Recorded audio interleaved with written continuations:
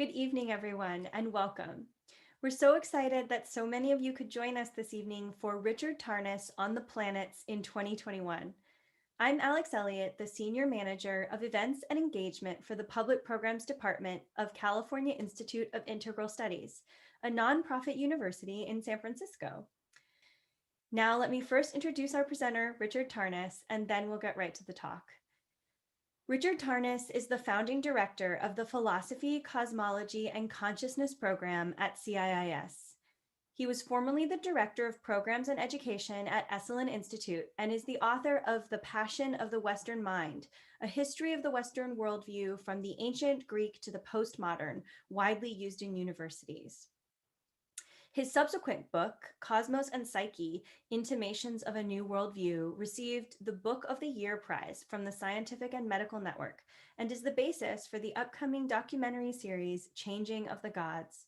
He is a past president of the International Transpersonal Association and served for many years on the Board of Governors for the C.G. Jung Institute of San Francisco.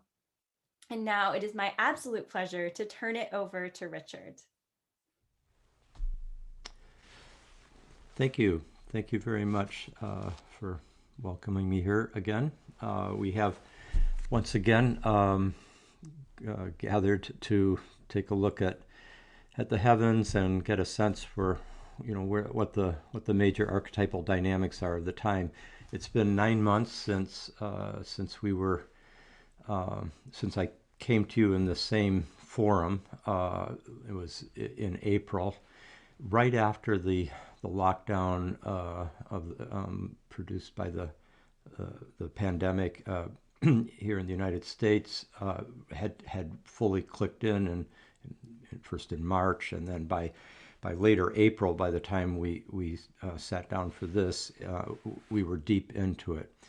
And I did this talk tonight will both be in continuity with what I presented there, and will, to some extent build on it. But I also want to, I imagine a good number of you who are here tonight, or who are watching this in future recordings or listening to it, would have been there,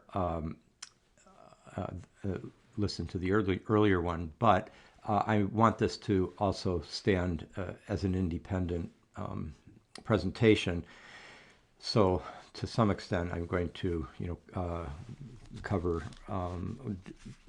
overlap with what I did last time, particularly in order to get across the the larger frame of reference. And the big picture is one in which, we could see at that point the archetypal astrological perspective that so many of us have been doing research in, and exploring and teaching and learning.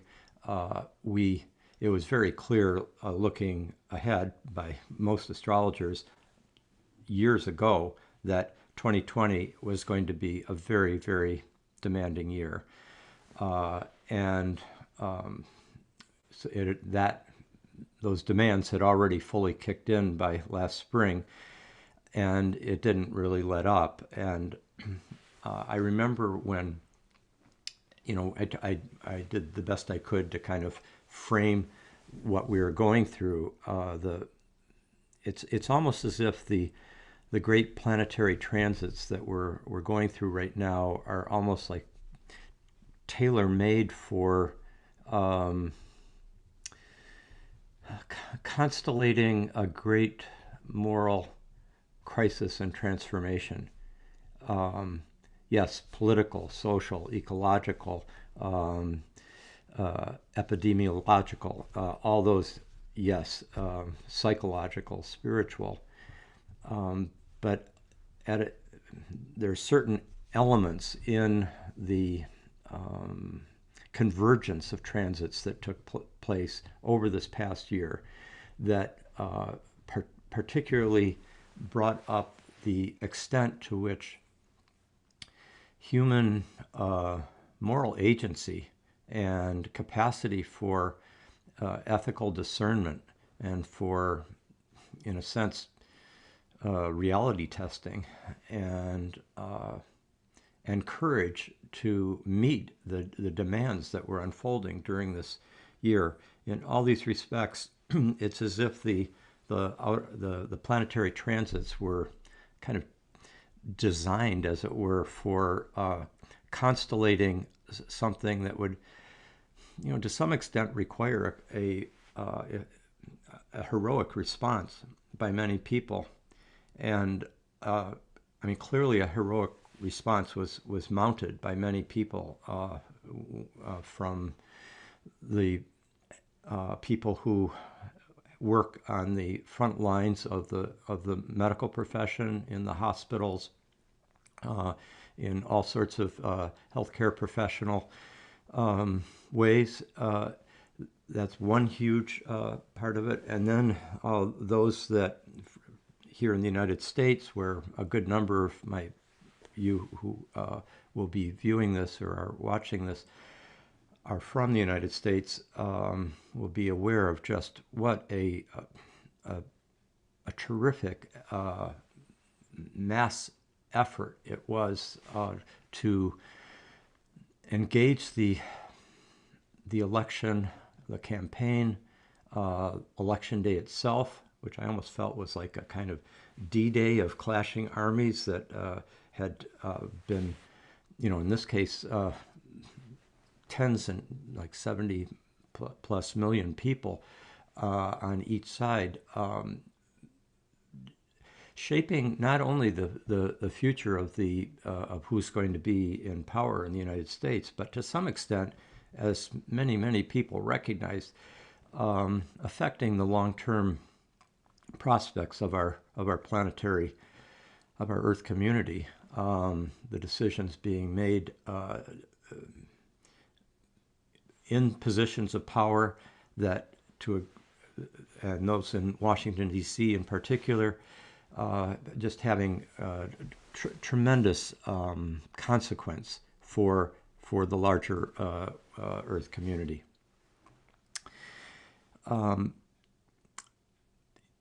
My sense is, what we could see at that time a year ago was just that the energies that had been building up over the last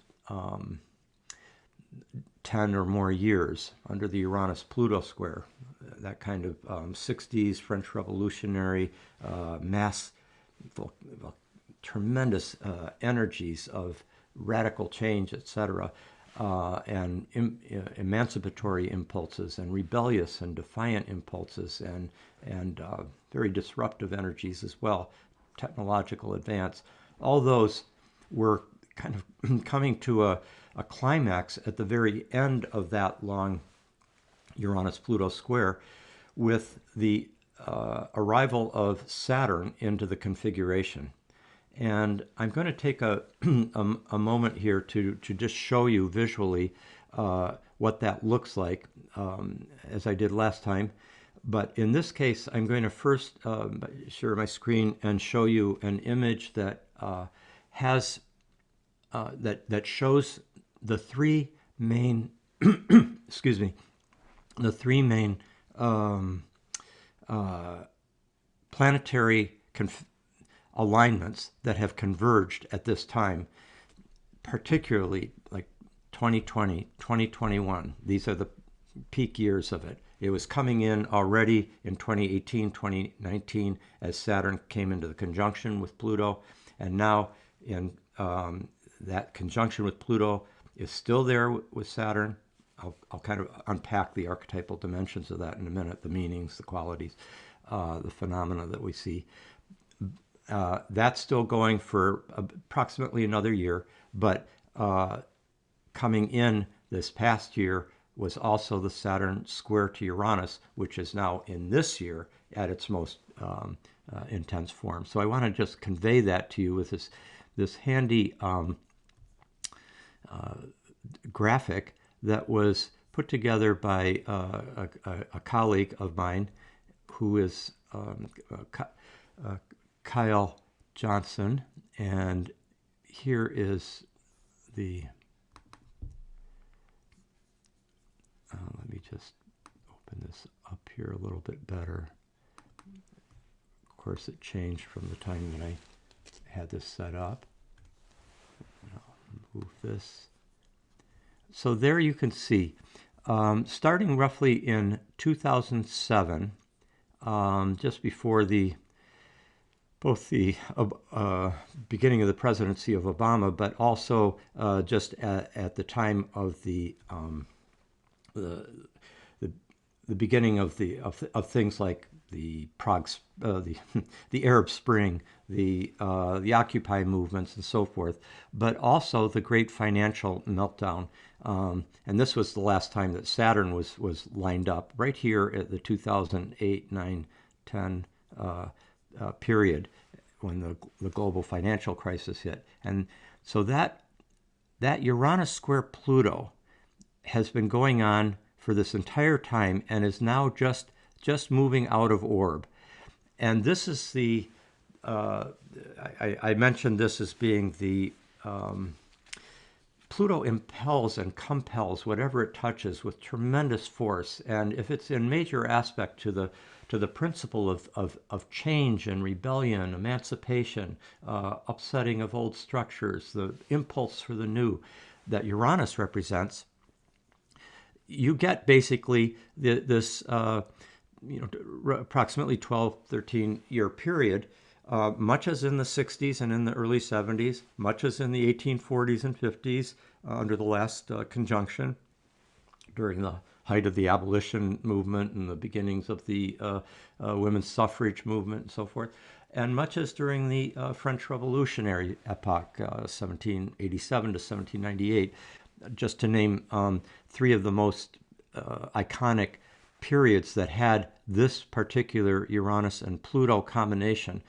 That's been going on all this time, and that the feeling that we're living under, just with a tremendous intensification of the impulse for change and reform and transformation, to bring forth the new, to participate in evolutionary and revolutionary change in one's life. It tends to activate artistic and scientific creativity, tremendous technological advance. I mean, so much has happened technologically that we're just now accustomed to, that wasn't there at the beginning of this. I mean, we were not all using smartphones. The social media just became far more prevalent, powerful, from Facebook and of course Instagram and so forth. The drive for social justice reform and equality and freedom and ecological awareness. All these have been tremendously pushed into human consciousness and constellated with great force as a kind of archetypal field that we all participate in. This is kind of a zeitgeist that something's in the air. But all these configurations also have very challenging elements to them as well, and like the intensification and acceleration of experience can be overwhelming. It can be distressing. Also, there can be an eruption of indiscriminate kind of compulsion to make radical changes and subvert the status quo and to destroy structures, and also to be on the receiving end of these kinds of things. The impulse towards radicalization, which was such a characteristic of the 1960s, for example, or the French Revolution, this has clearly been in the ascendant over this last decade.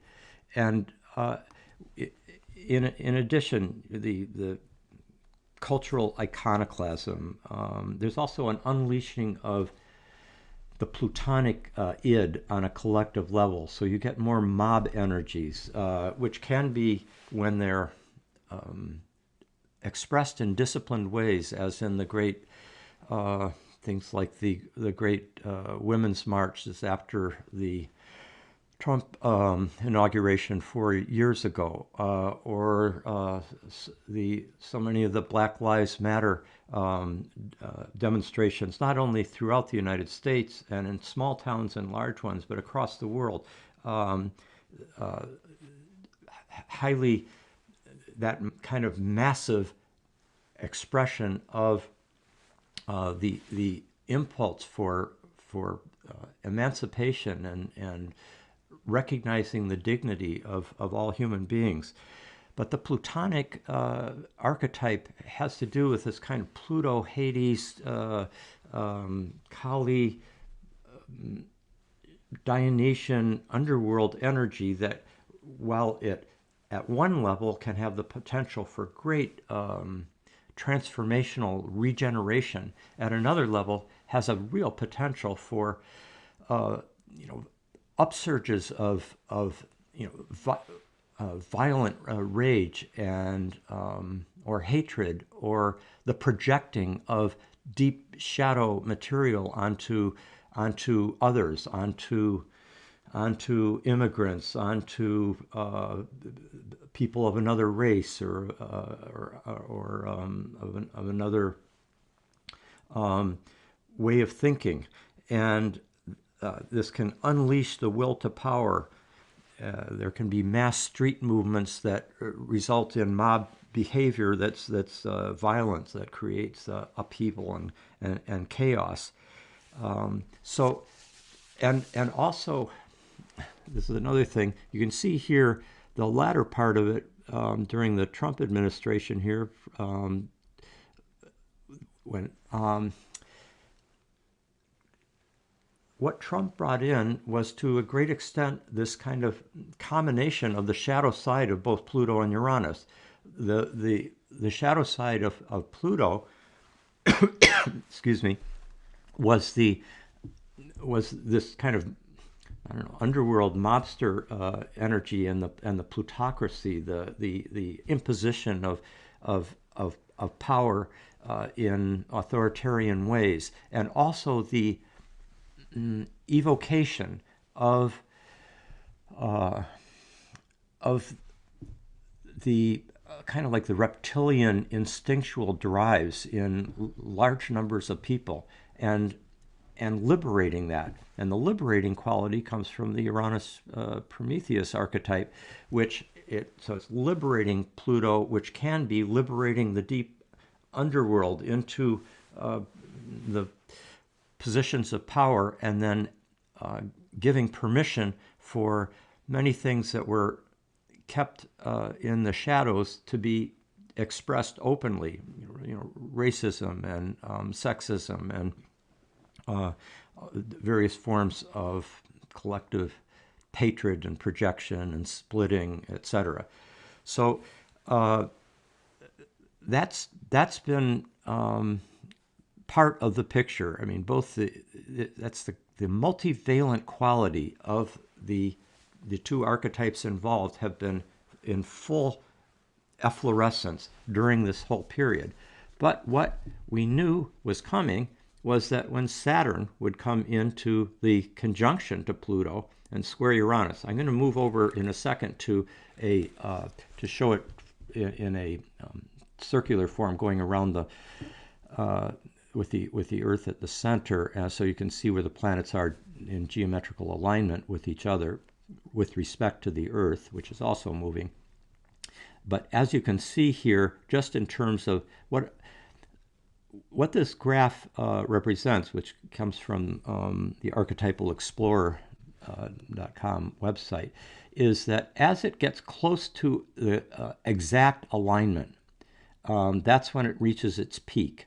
And then you can see between 2012 and 2015, basically, the Uranus square Pluto was reaching exact alignment several times over that several-year period.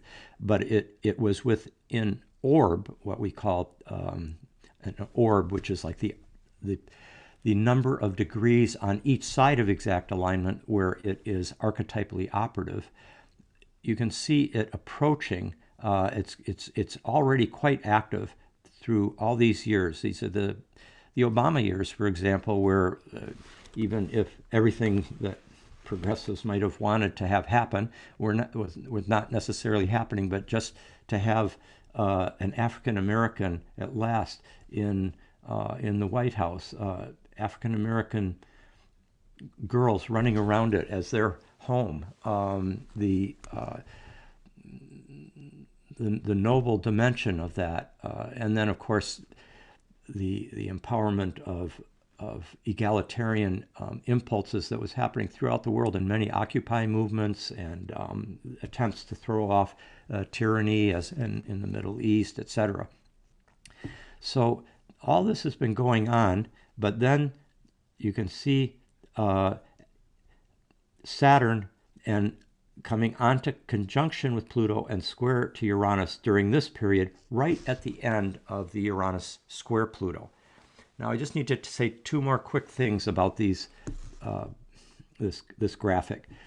One is that with world transits, even though you have this phenomenon of coming into exact alignment, it's peaking in its closeness, astronomical exactitude to the 90-degree aspect to with each other, and then moving to 5 degrees away from exact, 7, and then 10 degrees away from exact. Even though you've got this kind of bell curve, with world transits, something else happens that different than with individual transits, and that is that we have the phenomenon of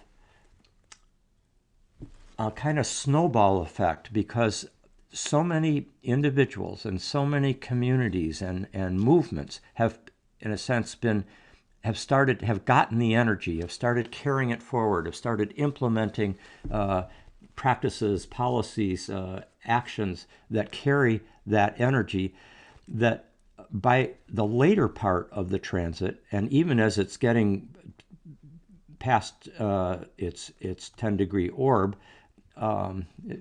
even 10, 12-degree orb, it has a greater archetypal intensity and magnitude than at earlier times in the transit, because it started the snowball rolling. We see this in the 60s, where in the early 60s it comes into orb, the mid 60s, 65, 66, it's exact, and indeed the energy, the revolutionary impulses, student movements, civil rights movements, women's movements, environmental movements, African independence movements, and so forth, right across the world, gay liberation. All those are cooking in the mid-60s, but even after it's exact, into the late 60s, 68, 69, 70s, there was even the countercultural drives. Think of, like, for example, Woodstock, or think of the massive demonstrations in Paris in 68, or Columbia, or Berkeley, and Harvard in 69, or in Mexico City, Japan, Tokyo. It was even more powerful later, and that's because of this snowball momentum that takes place, all right? And so when we knew that Saturn was going to come into alignment as well, then we saw that Saturn brings in a great gravity, a heaviness, a weightiness, a quality of this becomes very serious. Consequences are very long-lasting. Judgments are made. It's a great contracting energy, and I'll unpack this more, because each one has its own particular character. I want you to notice that there's a 15-degree orb for the conjunction, while we keep to the more of a 10-degree orb for the square. The conjunction and opposition seem to have slightly larger orbs, and that's why it's defined in that way. But what we could see is that during this period where they're all kind of converging, and which we are very much in the middle of, or in, I would say, the moving towards the second half of, that's that kind of energy is a we knew it would be like an eye of the needle, that everything that we had been going through, that had been building up, was now going to come to a kind of dramatic confrontation, and also that the chickens were going to come home to roost. That's a classic Saturn Pluto thing. Or the rubber's going to meet the road, or the reality principle is going to kick in with great force.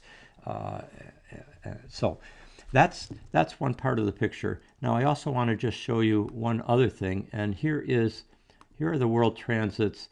I'm just going to bring in not only Pluto, that's this symbol here, and Saturn and Jupiter, which are in the triple conjunction for all of 2020, but I brought in Mars because Mars has played a huge role over this last year, much more so than it usually does, and that's because it went through a long, first because it conjoined this triple conjunction almost a year ago, and secondly because it went retrograde direct, and over a several month period during later 2020, it really made it brought Mars as a triggering transit. So I'm wanting you to see, now we are a year ago. So look at how you've got this big triple conjunction of Saturn, Pluto, Jupiter. We talked a lot about that last year in the, those of you who didn't see it can easily access it on the, it was called What's Happening in the Stars Right Now. And you can see it on the Archetypal View website that Chad Harris oversees. You can see it also on the CIIS website. Anyway, that triple conjunction went all year, and squaring 90 degrees to Uranus. So this is a what's called a hard aspect, a dynamic aspect. Things happen under it. It requires consciousness to take account of the eruption of the archetypal energies and deal with it and go through deepening or transformation on pain of fate taking over. You know, Jung often used to say, what we don't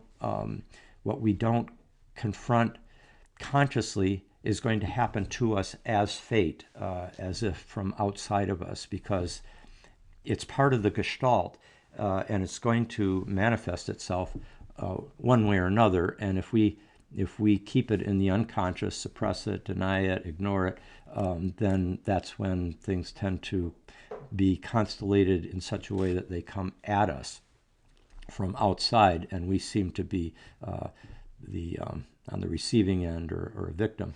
Now, as we move forward here, you can see a month later, Mars has come into in March. It's coming into this triple conjunction, and all through March and April, it is just. I'm just going to move it. This is moving day by day at a pretty quick pace. And you can just see how Mars has just gone right across all these. And that was last spring when Mars basically triggered the crisis that triggered the action of this triple conjunction and square. Now, as the summer progresses, Mars keeps moving forward. But then something happens quite remarkable. And that is when it gets to late Aries here, it starts to slow down. This is in apparent motion from the Earth, and then it stations. And where did it station? It slowed down and stationed right in the square to this triple conjunction. So when the 90-degree square happens after the conjunction, that's when things that were as it were planted, the seeds during the conjunction, now things take place that come into concrete manifestation that usually involves a kind of crisis, an intensification of the energies that have to be dealt with. And all through the election season here in the United States, but also all through the world, in terms of the state of the pandemic, it continued to be playing a huge role. So all this time it's retrograding. You can see it's maintaining this square to these planets, and then it stations and goes direct. And notice that here, as we get into November and December, it starts to come onto it's still tight square to all these planets, but day after day, it starts moving into this conjunction with Uranus until January 6th. You've got the conjunction with Uranus. That Mars-Uranus is the most volatile alignment you can get, especially when it's squaring Saturn and Jupiter and Pluto like that.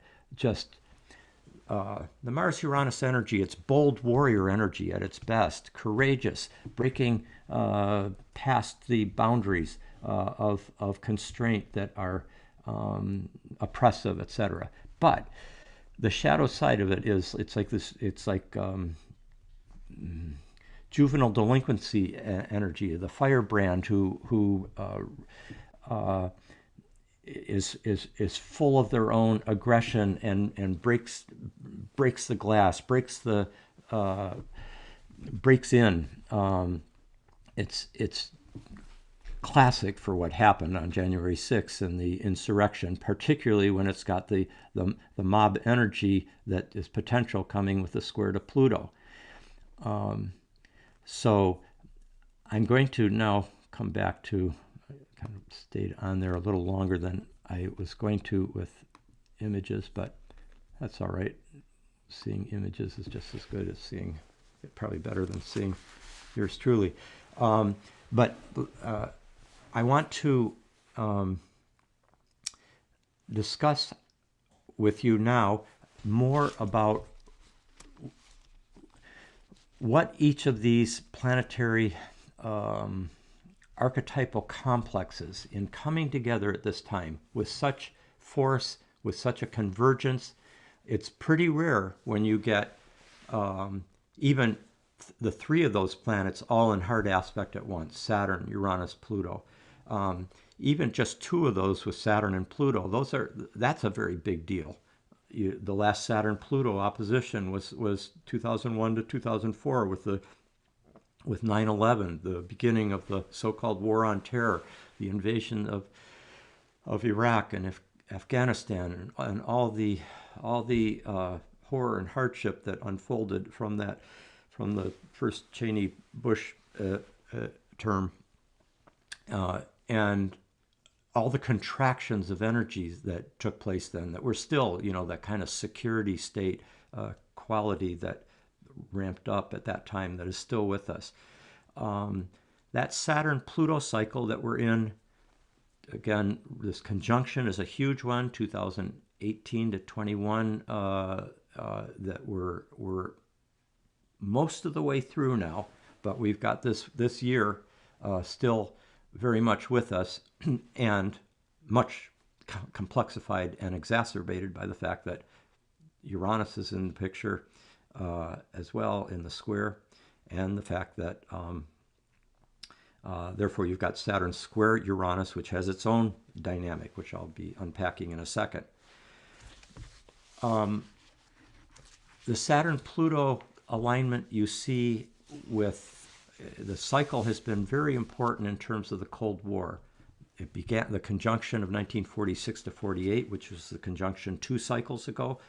Obviously, was the time at the beginning of the Cold War, the erection of the Iron Curtain, the great enmity between the communist East and the so-called free West, and genuinely free in so many ways, but also, as any African American can tell you, and many others, hardly a paragon of emancipated perfection. Nevertheless, that Cold War energy, it comes into full form there in the 46 to 48 period. And when's the next conjunction? 1981 to 84, the first Reagan administration, which was the height of the Cold War. Those of you who were kind of politically engaged then will remember how much the the threat of nuclear holocaust was so prominent that millions around the world marched for nuclear disarmament, because the nuclear missiles were poised at each other from the Soviet Union and the United States. Reagan's calling the Soviet Union the evil empire. Things are at a kind of maximum of danger and mutually assured destruction threats. And fortunately, there was a pulling back from the abyss, which many people were looking at that abyss. And Gorbachev came into power in the Soviet Union, and many good things unfolded, and starting in the late 80s, all through the 90s, that great Uranus-Neptune conjunction that had so many positive expressions, as well as problematic ones, but that's not on our agenda tonight.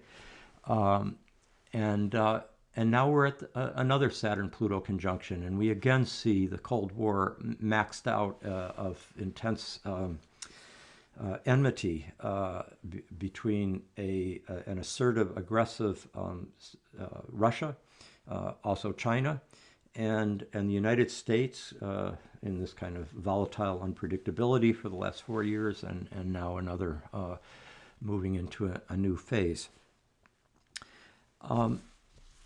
So my sense is, let me just address the pandemic for a second. My sense is that we're past the midway point, kind of like just past the midway point. If I'm looking at it just astronomically and astrologically, we're just past the midway point of this tremendous eye of the needle crucible that we've been going through the last couple of years. That is centered on the pandemic crisis. You could say that the crisis is.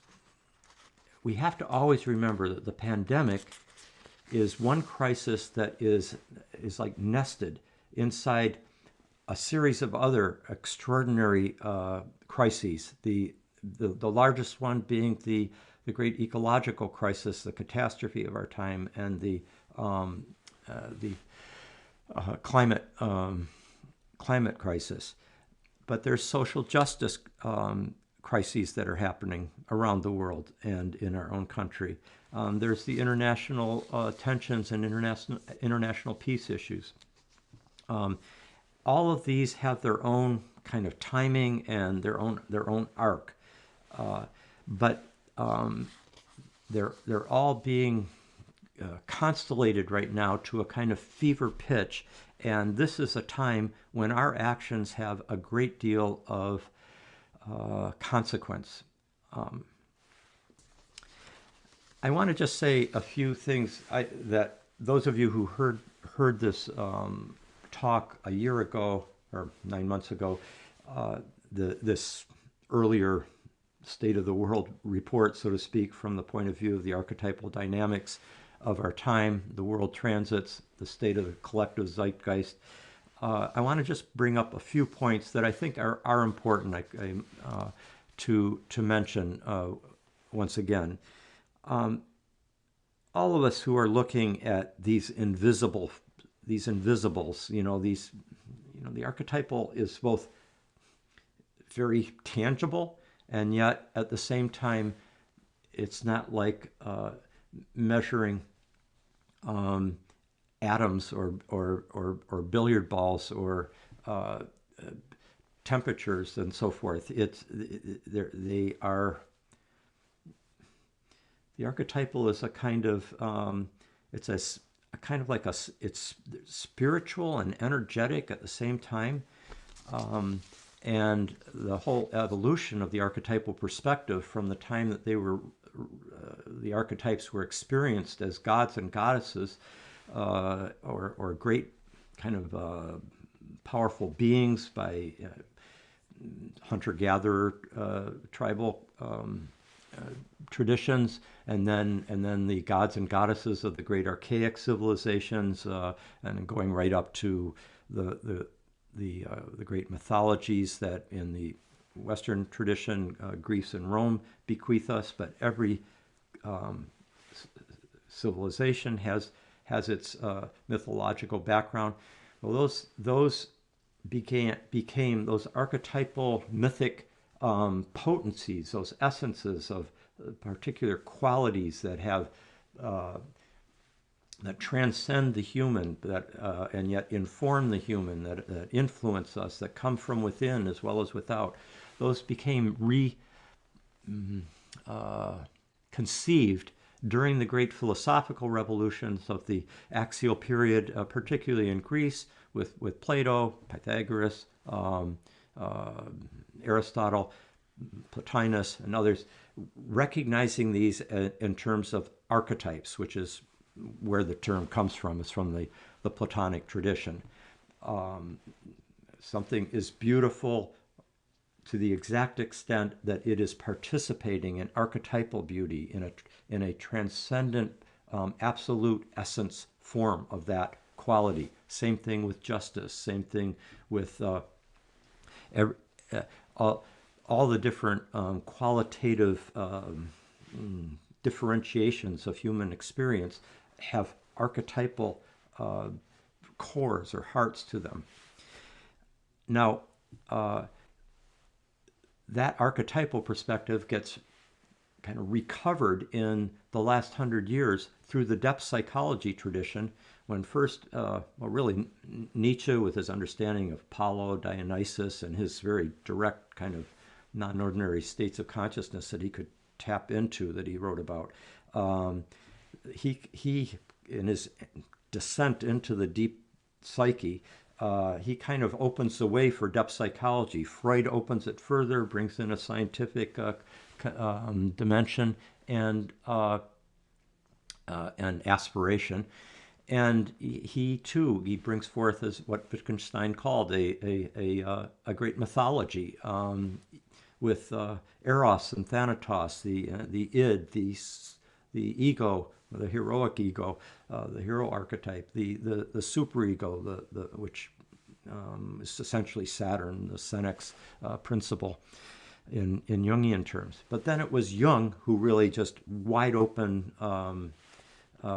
brought us to a fuller grasp of the archetypal pleroma, the great pantheon of many mythic archetypal principles that are at work in the collective psyche and then also in each individual psyche.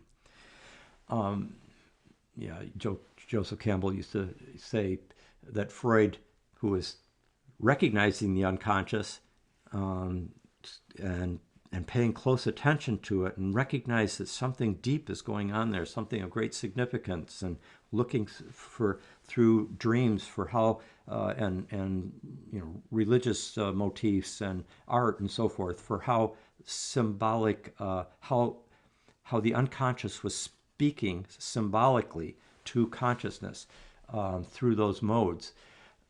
But as Joseph Campbell used to say,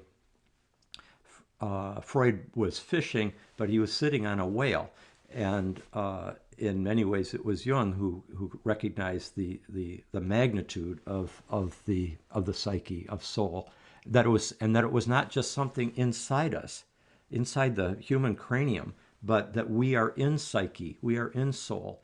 And as Jung's thought evolved, he came to recognize that this archetypal psyche informs the cosmos, all of nature, and as well as the human being and the collective human psyche, and we call that the anima mundi, the soul of the world. Again, a term from the Platonic tradition, although in its Latin form. So I remember, Campbell would always say, myth, which is the narrative form of the archetypes, he'd say, it would not be too much to say that myth is the secret opening through which the cosmos pours its inexhaustible energies into human cultural manifestation. See, he's pointing to the cosmos pouring its archetypal energies into human cultural manifestation, using myths, for example, using dreams, using religious experiences and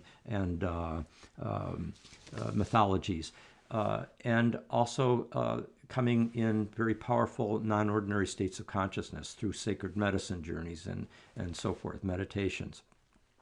But the Ira Progoff, a Jungian, once said, the archetypes are mediators between the individual and the cosmos. And that's right on. That's very telling. And I think what our research points to is the extent to which the cosmos not only is informed by the archetypal, but in some sense it has permitted us a kind of it's permitted us a kind of sign, a signal of what archetypes are being constellated at what time and in what relationship to each other. Plotinus talked about the way astrology works is that it's as if the heavens seem to be a kind of script that the soul of the world is writing, and that the reason that the movements of the planets and as well as many other aspects of nature and the cosmos have meaning is that meaning pervades everything and goes all the way down. It's not just like meaningless matter and then human beings and complex brains come along and suddenly meaning gets created ex nihilo out of the blue, out of nothing. Meaning and sentience and consciousness goes all the way down in some form or other. Awareness, we're in a panpsychic universe. But even beyond that, this panpsychic universe seems to be capable through this great, as Plotinus said, everything's interconnected and everything is interdependent and everything is breathing together, so that the movements of the macrocosm is in some way precisely correlated with the movements of the archetypal dynamics of human life. And that gives us a great insight into what gods are at work and are at play at a given time, and how we can participate more intelligently and not get carried for a ride in quite potentially destructive shadow forms of those same essences, those same very powerful principles. I think as human beings, we're always seeing through the narrow chink in our cave. You know, we see through a glass darkly. But we do seem to have a glass, an archetypal telescope, as it were, that does give us remarkable glimpses into the deeper forces and fields that are constellated right now, and the timing of their unfolding. Now, these archetypal, these planetary alignments that I've been talking about and that I'm going to explicate a bit more in a second, I just want to emphasize that I don't believe that these are causing human affairs to take a certain form in some linear, mechanistic manner that is built on the model of billiard balls hitting each other, or gravity pulling heavy objects down to the earth, or electromagnetic radiation or something like that. The evidence is way too multidimensional. It's too many splendored in its meanings. There's a creativity to it. It seems to respond to human participation in a way that suggests a very sentient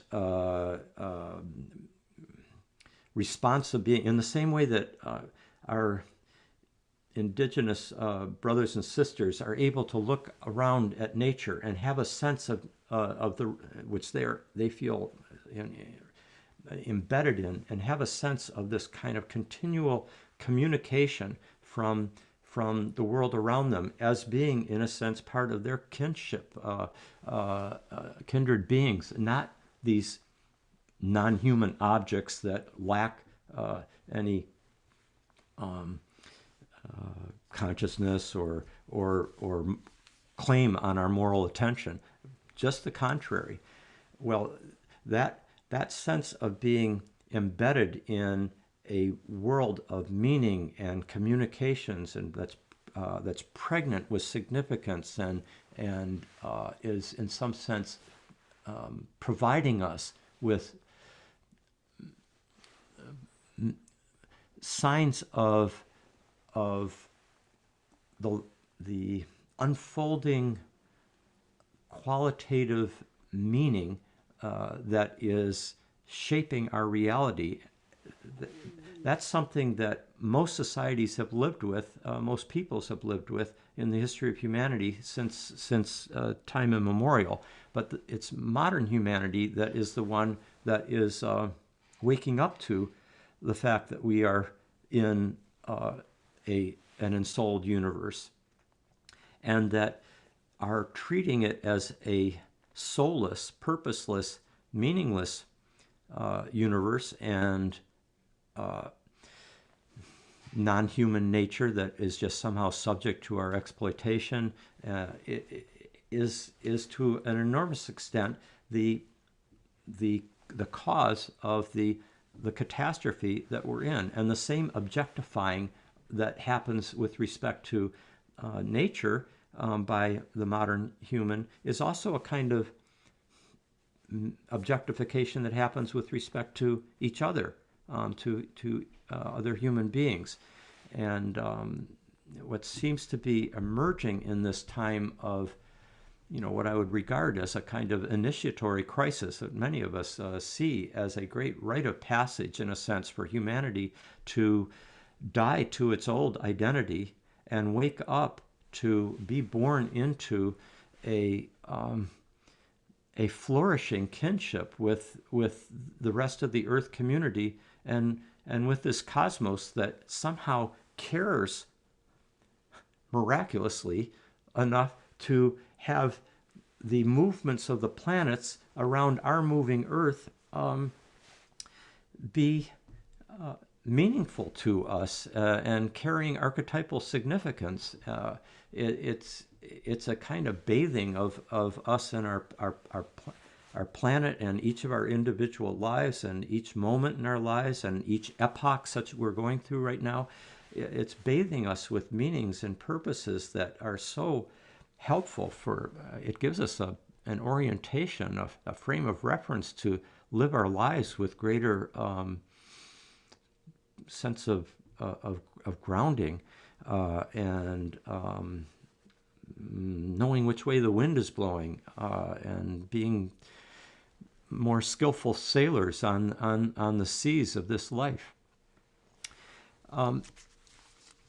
And so this is much more of a synchronous correlation, not mechanistic causality. And these planetary archetypes don't have just one meaning that just comes through in one way. They've got a spectrum of possible meanings, which I've been trying to kind of share with you here. And our participation in these will affect the outcome, and also the future that will unfold. Now, let me say a few things about the Saturn-Uranus, which has really kicked in this year. It already was coming in last year, but it's coming in with considerable force right now. It's so tight, as you could see in the diagram that I was showing you. So Saturn and Uranus it's basically a synthesis or a clash between the principles of change, freedom, the new, and the liberatory, and then on the other side, the status quo or the old, but also the wise structures, prudent restraint, um, the noble side of tradition, as well as the oppressive side of tradition. All those are possible with Saturn. And you get those two together, and it tends to be, it can be a tense energy. It's, if I were to step back and think about where we were last year, the Saturn-Pluto conjunction had fully kicked in, that weighty sense of like, oh man, we're locked into, this is very grave. Everything that Saturn represents is going to be catalyzed with volcanic intensity. Things like being separated from each other, being alone, facing isolation, facing disease, mortality on a collective level, dealing with great constraints, dealing with loss, with loss of resources, loss of jobs, impoverishment, deprivation, all those hard things about Saturn. I mean, that one could see that coming with Saturn Pluto, even at the same time that Saturn Pluto also gives this potential for great kind of courageous facing of the hardest aspects of existence and bringing one's kind of steely determination and backbone and effort to push the Sisyphusian boulder up the mountain, even, however hard it is. That Saturn Pluto that we've all been going through here for the last year, that feeling of almost being locked in cement at times, and things are going just so slowly. The progress is so minimal, if at all, at times.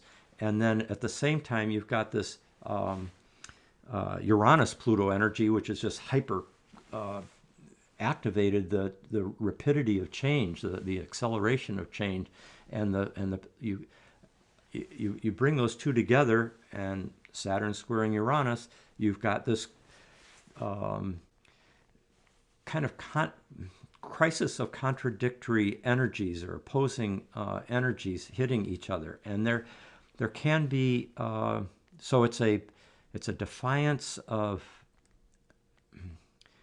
a lot of ways of bringing out this Saturn Uranus. First of all, I want to just say, while last year had more that sense of being locked into a very slow-moving, grave situation that was going to take so much hard work to deal with and so much discipline and courage, etc. We still got that in the picture, but as Saturn-Pluto moves out of orb and gradually in the course of this year towards next year, Saturn-Uranus is fully engaged, and that's a more volatile energy. So, and one reason when I was asked by the public programs to do this talk, sometime around early this year, I said, let's wait till after January and do it in early February. One, because I wanted to, we needed to be able to integrate the election, the inauguration, but I particularly, looking at January, it was so clear what a hyper volatile month this was going to be. And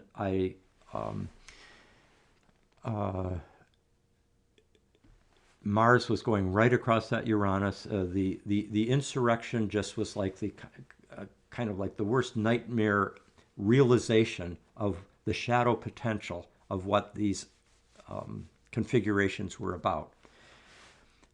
The kind of the eruption of the mob mentality, the inflation of it, the depredations of it, and then you've got the 2 weeks later with the inauguration. Things have shifted, evolved a bit more. A lot of the energies are still fully engaged, but it just much more benign, life-enhancing, aspirational potentials got activated during that time. And those of you who saw the inauguration all the way through, starting actually with the profound memorial service the night before for all the COVID victims at the and then the ending on the inauguration night with the great Lincoln Memorial concert. All the musicians, the poets, the dancers, the celebration of diversity and creativity, and the possibility of living together in a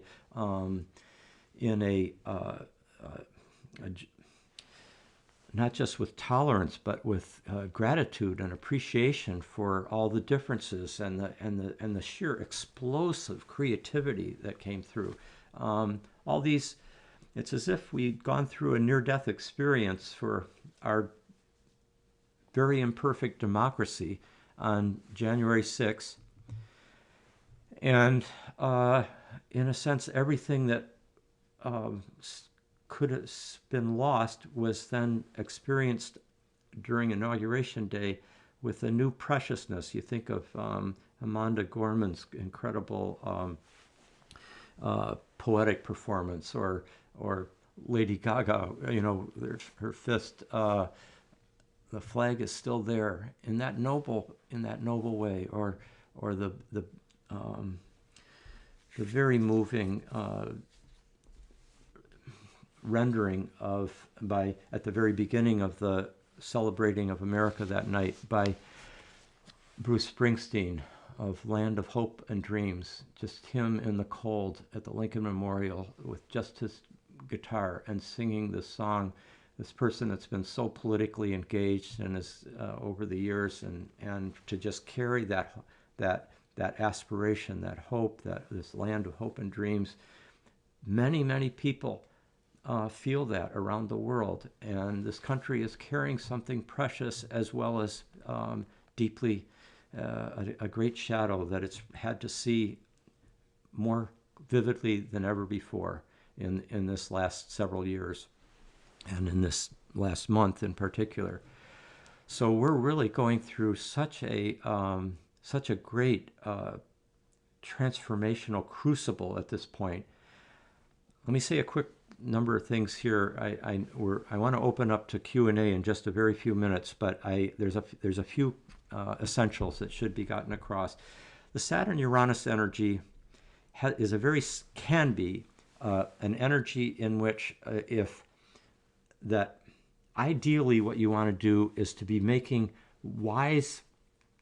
This is the time for making creative structural change, reconfiguration of structures in order to permit wiser living, greater freedom for all, not freedom just for whites or white males or white males without a clue, but freedom for all. Also, technological reconfiguring is very important with this Saturn-Uranus. See, Uranus has so much to do with technology, and Saturn can bring in technological problems, glitches. We've already seen it. Can even happen with like more airline issues. Even like pilot error has been a big issue in the last month. They've been tracking it because pilots are haven't been doing as much, and it's been noted. But I'm thinking of the larger need to bring in wise structures, wisely conceived structures that take care of, that help our Uranian Promethean technological social media, Facebook, and the other forms of the social media, also the internet, also governmental like security breaches and things like that. All these have to be addressed with this is a very good time for doing that. The problem with Saturn Uranus is that if one doesn't make prudent or wise, intelligent, skillful, incremental changes within otherwise valuable structures that are nevertheless flawed. If you don't do that, then great breakages, sudden collapses of structures tend to happen. This is also true in relationships. Saturn Uranus is it's a sudden break energy. It's a disruptive energy. It's a divorcing energy. I mean, and so they're think of all the people who've been kind of pressed into the same household, and there needs to be a lot of relational work in order to bring forth the best possibilities out of this Saturn-Uranus period. At its very best, the overall movement of Saturn and Uranus is a kind of conjunction of a sacred marriage of the past and the future. And we are the crucible of it. And if we can somehow carry what is most valuable of the past and discern what is most promising from the future, and then bring these into concrete, structural, practical form in our laws, in our legal institutions and justice system and prison system, and in the market, in the financial sector, and in international relations and so forth. This is a really, really crucial period. And I'm just going to end, I'll say a little bit more at the very end after the Q&A, but I want to end with I apologize a little bit to those from outside of the United States who, where I'm going to say something about the U.S. chart and transits now, but unfortunately, the United States is a kind of elephant in the room. I mean, fortunately, in some ways, unfortunately, particularly in recent times, it plays an outsized role. And the United States has been going through its Pluto return during these years, and it's a huge, this kind of pinpoints our country as a potential ground zero for destruction and transformation, and hopefully some kind of regeneration and rebirth during this decade. And the amount of the shadow side of our country that has surfaced, through the Trump catastrophe and the Black Lives Matter protests and revelations of how we have been, how white supremacy has infected our nation from its beginnings. This deep confrontation with shadow is crucial to our psycho-spiritual, our moral transformation as a country.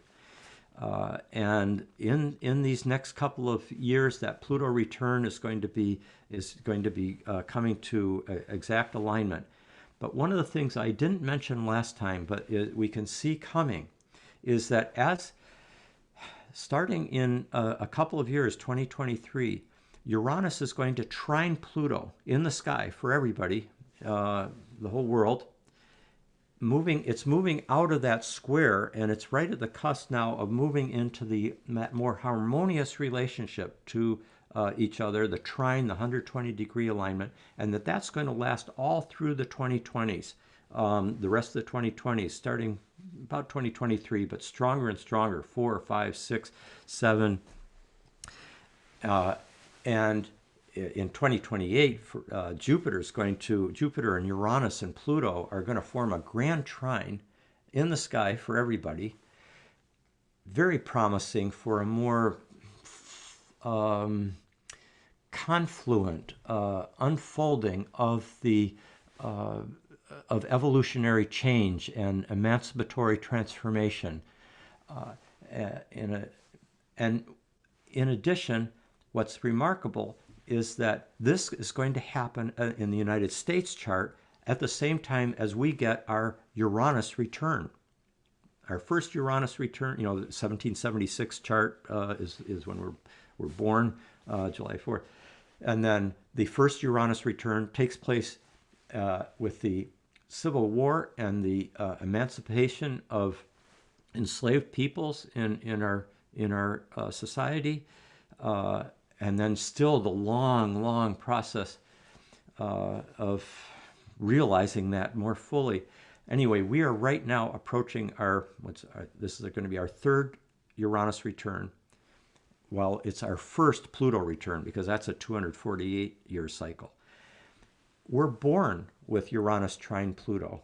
It's one of the best parts of the United States chart. And Uranus and Pluto are going to be right on their natal positions as the 2020s progress.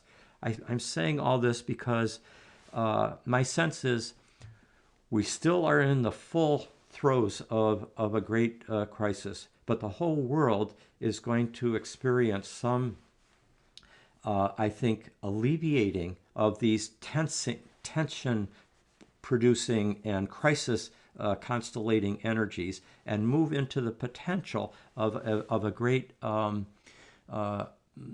a more flowing, harmonious interaction between these great gods and goddesses, these archetypal principles, and within ourselves.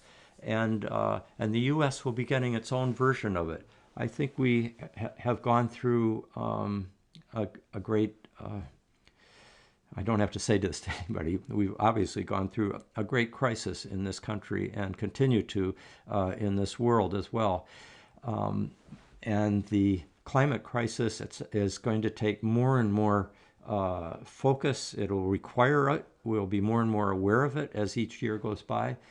But the more we can see that, at last, some sanity and competence and compassion are in the White House.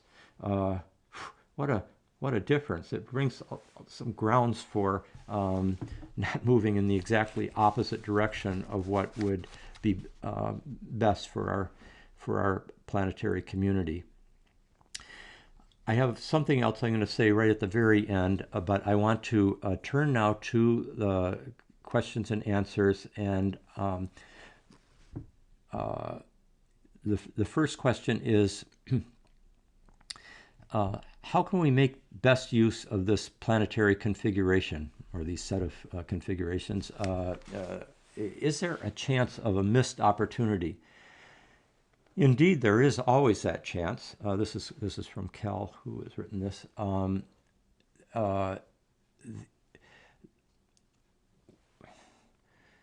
We're given opportunities, and even crises are opportunities, to use the traditional kind of Chinese meme that we've heard so much about, and we can miss them. One can sleep through an opportunity, or suppress the not be willing to look at. When we draw towards us crises, these are often signs that of a need to reconfigure our moral values, and as we do so, we're basically taking the hard aspects of a planetary configuration, and they're bringing forth something valuable that which otherwise would not have happened. And this is something. Oh, I see the questions from Vittorio. I'm just reading. One person is passing these on to me, but Vittorio is one who asked this important question. So keep in mind that the more consciousness that we can engage our time with, the more courage and imagination and compassion that we can bring to this moment. It's these are waveforms that are coming in, and they can express themselves in a number of ways, and we can really bring forth some wonderful fruit from these crises. I have studied thousands of birth charts in my life, and one of the things I have noticed is that people who are born with certain hard aspects, what we most admire of those people are the qualities that are connected to the hard aspects in their chart, those particular archetypal dynamics which force them in some sense to come to terms with some problems, tensions in their lives, and that push them to grow, push them to deepen themselves, to transform themselves. And that's what we most admire about them. We seldom admire the parts of their charts that are just the easy things. It's the things that push them. And often the people who have a lot of hard aspects are the ones who we most find notable for their achievements and for their gifts. Here's another one from, this one's from Sarah. How do we counter QAnon disinformation? Are there specific transits upcoming that we can leverage to counter it? Or could you speak to transits in the past that really fostered its development so that we could know its source a bit better? It's interesting, some of the, like in 1861, when the U.S. Civil War began and the great kind of breaking apart of the nation and took place in the attempt of the slaveholding states to maintain dominance in the U.S. government and to expand slaveholding throughout the rest of the United States. Saturn was squaring Uranus then, too, also during the Uranus return. Many, many people have connected our time with that time.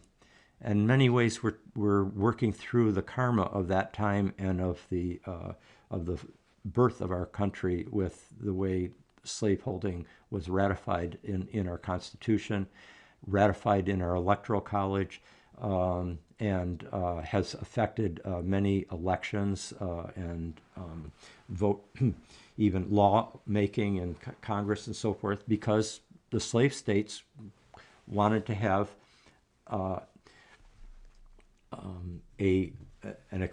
more power than the non-slave states and the free states, and that was we're still living with the consequences of that, and that's why popular votes don't mean that the president is reflecting. The Electoral College can elect a president who did not get the popular vote, as we saw with George W. Bush, for example, and with Mr. Trump. That Saturn square Uranus it has a civil turmoil, civil disturbance energy, which got fully constellated when Mars went across it on the 6th of January. Now, when we're looking at QAnon, I didn't get a chance to get into this, but I'm just going to mention briefly that the big transits that we're going through right now are the kinds of transits that Stan Groff and I noticed in our research together are present at the times in personal charts at the time of great when perinatal energies, which involve the reliving of birth and the confrontation with death, get activated, and those perinatal energies are extremely powerful, and they constellate such an archetypal complex that when one's fully in it, it can create almost like a psychotic state, which is why in doing deep inner journeys, whether it's sacred medicine work or holotropic breath work, or sometimes it's a spontaneous spiritual emergency, you really need to have guides. You need to have people who know the terrain, the territory, to be able to midwife this transformational process. As Stan said, the full experience of the emotion is the funeral pyre of that emotion. So you want to be able to bring it to the surface and release it. But if you don't release it and it's just brought to the surface, and it tends to be brought to the surface under certain transits, which we're getting as world transits now, the whole world, in a sense, is in a kind of perinatal crisis. And that activates, at times, very powerful paranoid energies and bizarre fantasies. And all the things that we've been seeing that are in the QAnon conspiracy fantasies, it's quite striking that they're perinatal in origin, in character. We recognize it. So, like, not being not wanting to be held back. Gotta be like putting masks on is a suppression of my freedom. I can't breathe freely if I have a mask on, and therefore I'm going to jeopardize. Or in the really bizarre forms, the fantasies about infanticide and predatory pedophilia and cannibalism, and I mean, these are the kinds of things that get activated in the deep underworld of the perinatal psyche. It's coming from very deep places, and even the scatological dimension of perinatal experience, where whether it was the hoarding of toilet paper at the beginning is one reaction, but right up to the great defiling and polluting and defacement of the Capitol interior by the insurrectionists last month.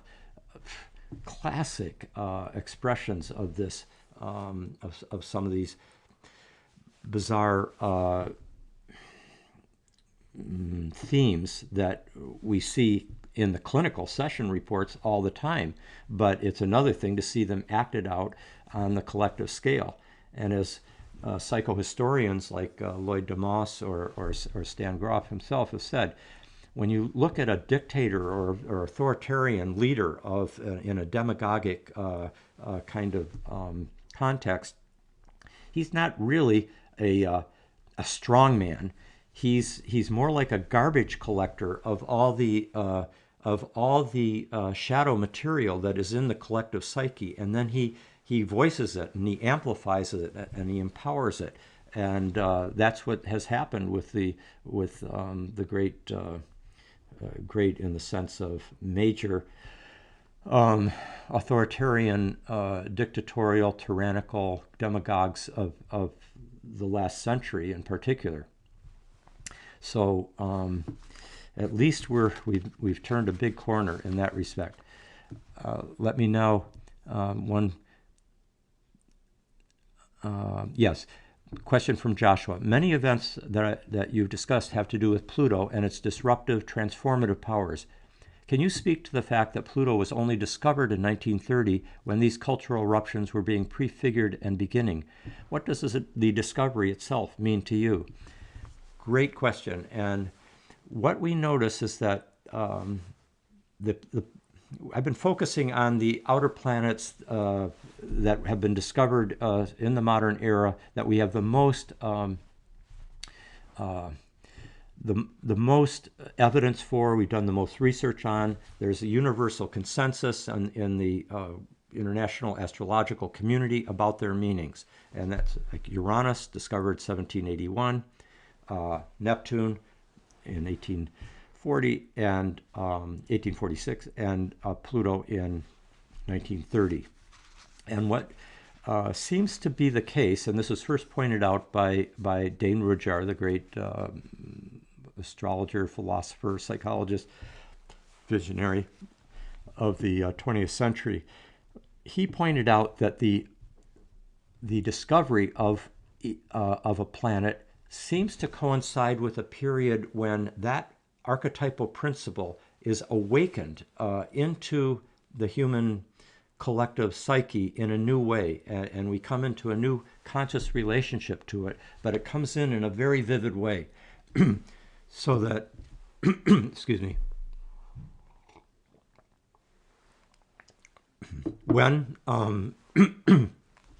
Uranus was discovered in 1781, it was at the very height of the Promethean emancipatory movements of the American Revolution, the French Revolution, the great liberation from slavery in Haiti, also technological advances, scientific advances, the height of the Enlightenment, the beginnings of Romanticism, etc. All these huge kind of, it was a time of Prometheus Unbound, to use Shelley's poem as a kind of iconic representative image of it. And switching ahead to Pluto, Pluto's discovered in 1930. Again, you look at the several years on each side of that, basically 15 years on each side. You've got First World War and Second World War with the Holocaust, nuclear power, nuclear bombs, the eruption of fascist and totalitarian systems in much of the world. A tremendous eruption of plutonic energy, also erotic and transformational. A kind of death rebirth energy was clearly being constellated there, and that's why the particular Saturn-Pluto cycles and Uranus-Pluto and Saturn-Uranus cycles that were happening, alignments that were happening right near the discovery of Pluto, seem to have a particularly florid plutonic quality. Now, the amazing thing is that these planets were discovered by telescope by human beings in the last 2 centuries, and they have been 2.5 centuries, and gradually astrologers were able to discern the systematic synchronic meanings that correlate with these planetary principles, which we have had for years, for many millennia, that we've inherited for the planets out through Saturn, up to Saturn, from Mercury, Venus, Mars, Jupiter, and Saturn, along with the Sun and Moon. So now we have these outer 3 planets that, of all things, these are the outer 3 planets, along with Saturn, the outermost of the ancient planets known to the ancients, that are these 4 are the planetary principles that are most relevant to understanding the 4 stages of the perinatal process, what Stan Grof calls the basic perinatal matrices. And the fact that correlation exists, and that the discovery of those planets has taken place, and it has coincided with this kind of deep exploration and kind of archaeological uncovering of the deep psyche to reveal both the deep psyche and the deep cosmos at the same time over this last century, and that they would have this kind of coincidence of meanings of that the movements of the macrocosm and the movements of the interior life of human beings and of our Earth experience would be so correlated, and the fact that these are transits, these are planetary principles of birth, of death and birth. It's as if there is a great initiatory death rebirth rite of passage that humanity is fully immersed in and is entering into, or fully into, but also entering into a new, potentially awakened relationship to, by awakening to our belonging to the universe, and that the interior of human beings is the interior of the cosmos, and our consciousness is in some sense the universe's consciousness becoming aware of itself in a new way. Uh, so this is a very, very important time. I sometimes think of the end of the Kubrick's 2001: A Space Odyssey, where the kind of star child, almost embryonic and it's just amniotic, is like floating out into the cosmos, born out of the dying of the old, is a is that coming out at the same time that the great first photographs of the Earth are visible from the moon and from astronauts out in space, giving us a sense of our Earth community and this precious blue floating evolving globe. Makes me think that as difficult and challenging, discouraging a time that we've been going through, and I think the more sensitive people are, the more aware they are of the state of the biosphere, for example, the more easy it is to get discouraged. Thank God there are so many who are facing it head on, who are not allowing themselves to be overwhelmed by the magnitude of our task.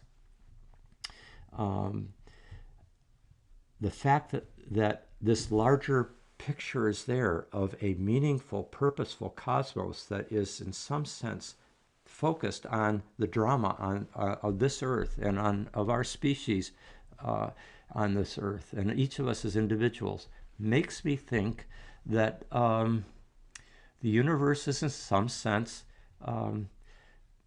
caring for us and holding space for us to go through just as we as communities can hold space for each other to go through the deep interchanges that are not easy to be transformed. So perhaps are we part of a larger, meaningful and purposeful cosmos that is bringing forth transformations through us, in which we are perhaps a bridge to something new. As hard as this time is, I am deeply convinced that it is part of something bigger that is great, that is noble, and all of us are called on to meet this. So I think in terms of the last question here, what are the qualities we need to develop to best deal with these? I've kind of brought up a lot of them as we've been talking. It's interesting that President Biden is born with the Saturn-Uranus conjunction natally, so he's got that. He knows what that energy is about. The sudden crises, the sudden loss, sudden deaths that he's had to go through in his life. The mistakes he's made. As he said, I seem to be a human gaffe machine. But at the same time, Saturn-Uranus is the aspect of someone who is able to engage crises, and it's like the aspect of the crisis manager. Churchill had Saturn-Uranus in hard aspect, and I mean many things that weren't great about Churchill, but one thing is he was a crisis manager for the British and the Allies in World War II in very effective ways. So that's one thing, is that we need to be bringing in a certain model of crisis management. We need to also be building and reconfiguring our structures so that they will be wiser and more life-enhancing. If I were to summarize the overall gestalt, we are in a time of, in which there are volcanic pressures for the radical and overwhelming transformation, reconfiguration of all life structures. According to, and to do this in a way that is as mindful and soulful and heartfully in contact with the whole, with the community that we are part of, with the Earth community that we are part of, with the cosmos. Let me just end with one last thought I had over the weekend. I was reading during my non-existent spare time, actually, while eating lunch. I was reading an article that is an excerpt from a new book that's coming out by Dorothy Wickenden. The name of the book is called The Agitators, Three Friends Who Fought for Abolition and Women's Rights. And it's the excerpt was published in the New Yorker a week or two ago, and it's about remarkable women, three or four in particular. Frances Seward is one, the wife of the I think it's Henry Seward, who was part of the Lincoln cabinet and who had been a long anti-slavery proponent, but his wife, Frances, was really something. As it's worth reading this New Yorker article if you care to.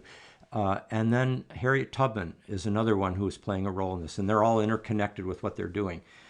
The reason I'm bringing them up is, besides the fact that we are in a kind of spiral moment where we're having to reconnect to that whole period in American history that has come to the surface like a long suppressed, long denied shadow that needs to move to a new birth of freedom, to use Lincoln's term.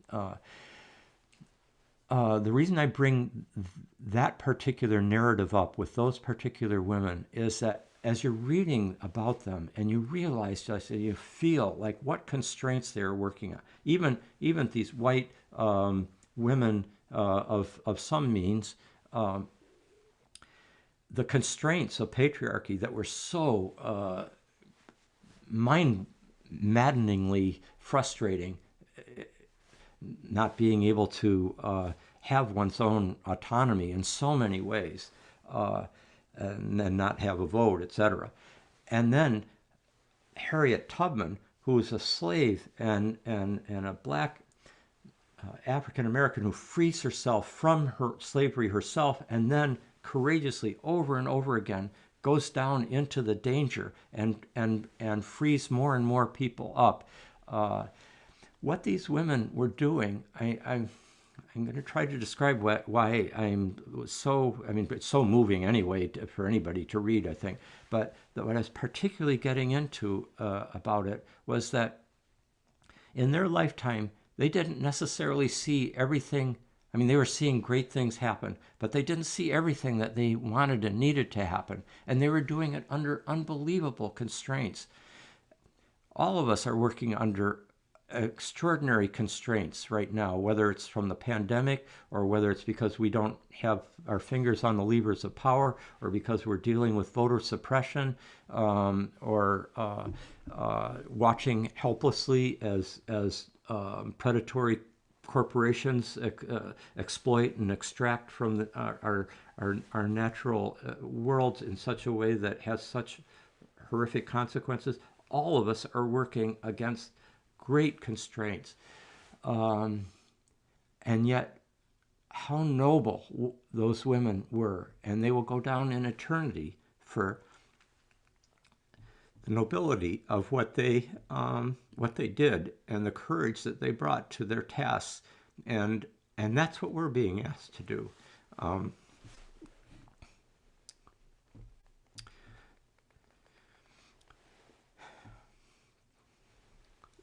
Those of us who are elders, in our 70s, 80s, 90s even. We're in our final stage of our last act of like Act 3 or whatever. Um, uh, those of you who are younger, you have so much in front of you to be able to take.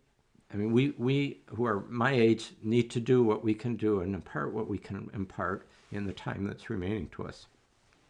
We didn't choose, at least in any conscious way, to live in such a time of crisis, of turmoil, of unpropitious circumstances.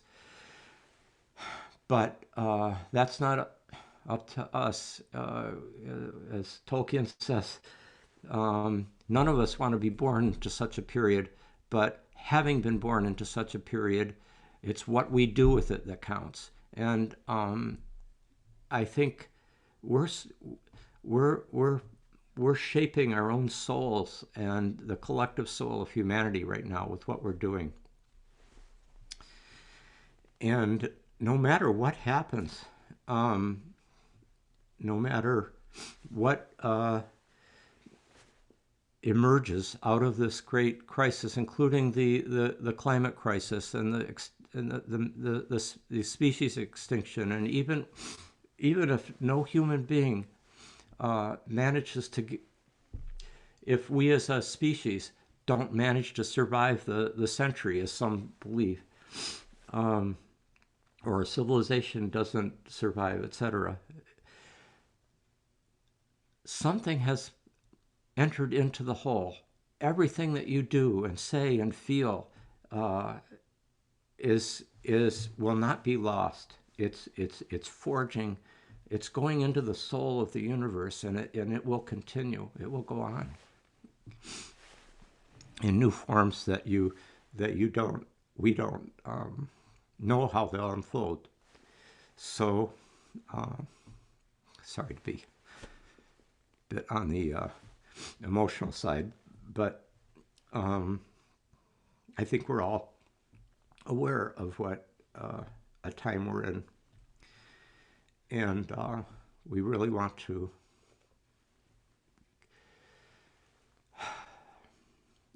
bring our full game to it and do our very best and work together, call on the energies of others when our own energies are flagging. Um, and I personally have great hope for the future. I don't know what form it'll take, but I have great trust and faith in this cosmos that we're in this magnificent Earth community that we're part of, and that has, and in the great human experiment that has brought forth everyone who's alive today for a reason. And I wish you all the very best. Okay, thanks for listening with me this evening. I'll turn it over now to our host, Alex. Thank you all so much for attending this evening. We hope you will join us for more of our upcoming talks and workshops. This conversation was recorded, so if you would like to watch it again or share it with your community, it will be available on our YouTube channel at this same link and on our Facebook page. We will also feature this talk on our podcast, which you can find at www.ciispod.com or by searching CIIS Public Programs on your favorite podcast app. Thanks again for joining us and have a wonderful night.